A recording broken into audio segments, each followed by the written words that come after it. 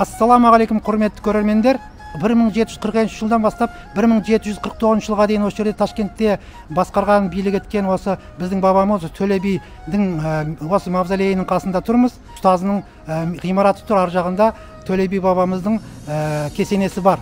Осы кесенесіге бүгін сонау Алматыдан жаңағы Құран оқып, Құран бағыштауға келдік. Төле би кесенесі сәулет кешенінде қазақтың бір туар перзенті Төле би жерленген. Ташкент қаласының территориясында орналасқан кесене 15 ғасырдың бірінші жартысында салынған. Төле би Ташкентті 6 жыл, яғни 1743 жылдан 1749 жылға дейін басқарды. Кесененің ерекше құрамында Өзбекстан үшін сирек кездесетін дизайн болып табылатын пирамида түріндегі күмбезі бар.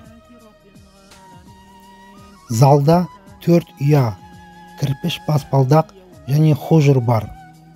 Кішкентай шаршы кірпіш негізгі залдың астында орналасқан. Кесененің қас беті төселмеген.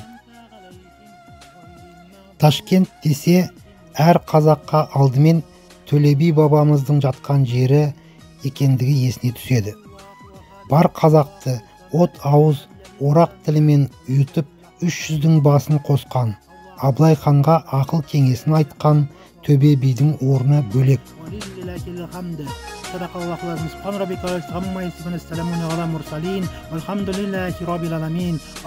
Я сағдыретті самейірімді, ассалалла, осы оқылған қасиетті Құран сүрелерін болған сауапты, пайғамбарымыз саллаллаху алейхи ва саллям Мұхаммед Мұстафаның, пайғамбарлардың, сахабалардың, әулие әмбелердің, лә илаха иллаллах, Мұхаммед Расулаллах деген мүмін мұсылмандардың арбақтарына, және ата-бабаларымыздың арбақтарына, сондай көшеде жатқан Төле би бабамыздың арбағына бағыштадық. Я сағдыретті самейірімді, ассалалла. Өзбектер Төле биді Қарлығаш әулие деп атайды екен.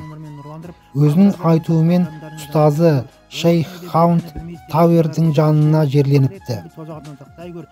Құлыптаста Тәңір қазаққа елдікті де, ерлікті де, даналықты да берген деген бар қазаққа арналған қанатты сөз жазылған.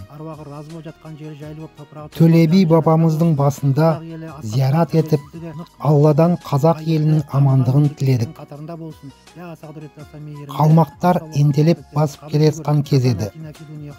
Адамдар тез арада үйлерінен кете бастайды. Тек Төле би үйінен кетпейді деп аңыз айтады. Басып келген қалмақ қоңтайшысы Төле биден неге кетпедің деп сұрады. Биыл бір қарлығаш менің үйімнің төбесіне қонды деп жауап берді Төле. Осындай жауапты естіген қалмақ қолбасшысы Төле бидің үйіне қол тигізбеуге шешім қабылдады. Ташкент пен Шымкенттің жергілікті тұрғындары Төле би деп атамайды, керісінше қасиетті Қарлығаш деп атайды.